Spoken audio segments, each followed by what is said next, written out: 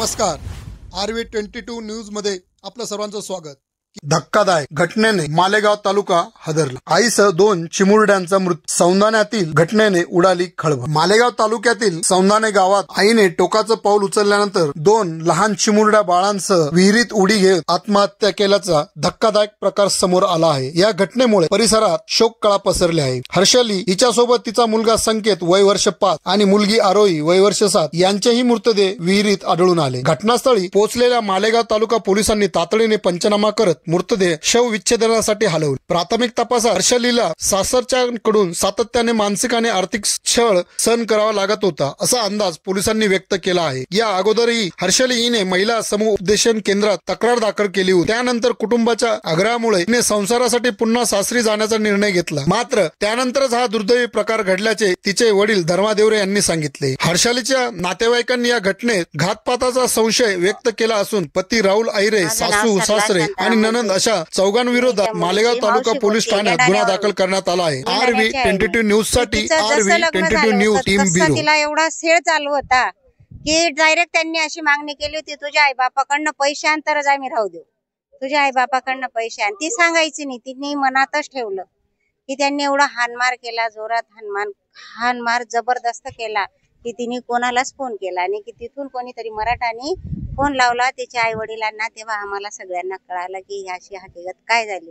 ज्यावेळेस तिघांचं जर नाव सांगितलं की बुवा तिघी आई वडील काढले, आम्हाला शक्ती सुद्धा राहिली नाही की आम्ही जगू. असं पण होतंय का गाय गरीबा लोकांना?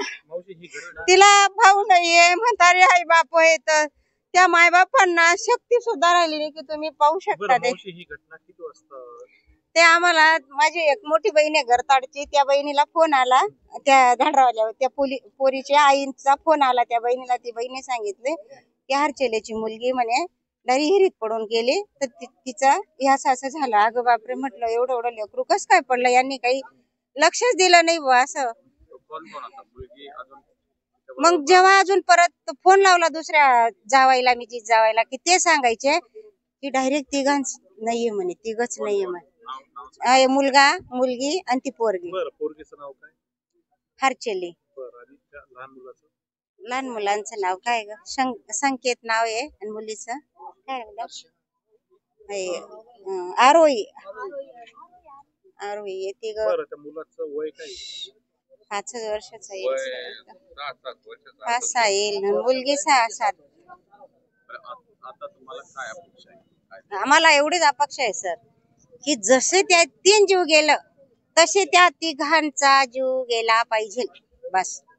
जर गाय गरीबवर जर तुम्ही चांगली कारवाई केली तर परत दुसरी मुलीला न घडू नाही.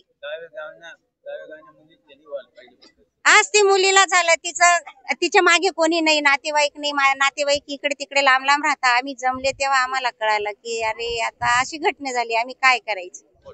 साहेब मी तिथं गेलो, तिथं त्यांनी तिथं काढलेलं ॲम्ब्युलन्स मध्ये टाकलं. तर मी गेलो तर तो माझ्या गळ्यात पडायला रडायला आला. अजून मी त्याला मारलं 2 थापटी. तर तो रडत त्याचे मित्र आले, त्याला घेऊन गेले.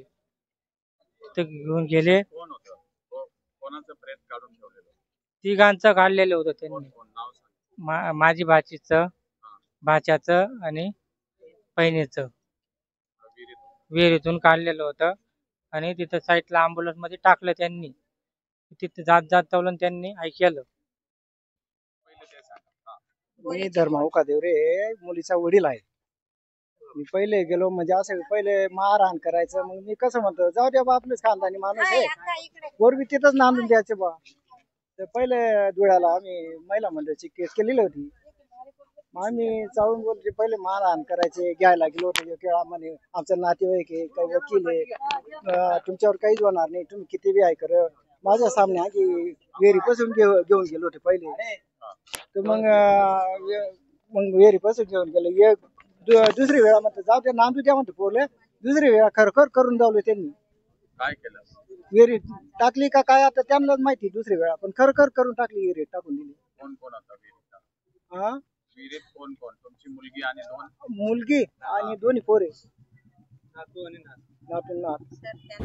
असे तुम्हाला आता न्याय कसं पाहिजे? काय? आता न्याय करा ना तुम्ही. आम्हाला काय आम्ही आणखी तुम्ही त्यांची आई बी मारहाण करायची, ते बी मारहाण करायची, सासू सासरा मारहाण करायची. मग आता त्यांना काय तिन्हीला सोडतात.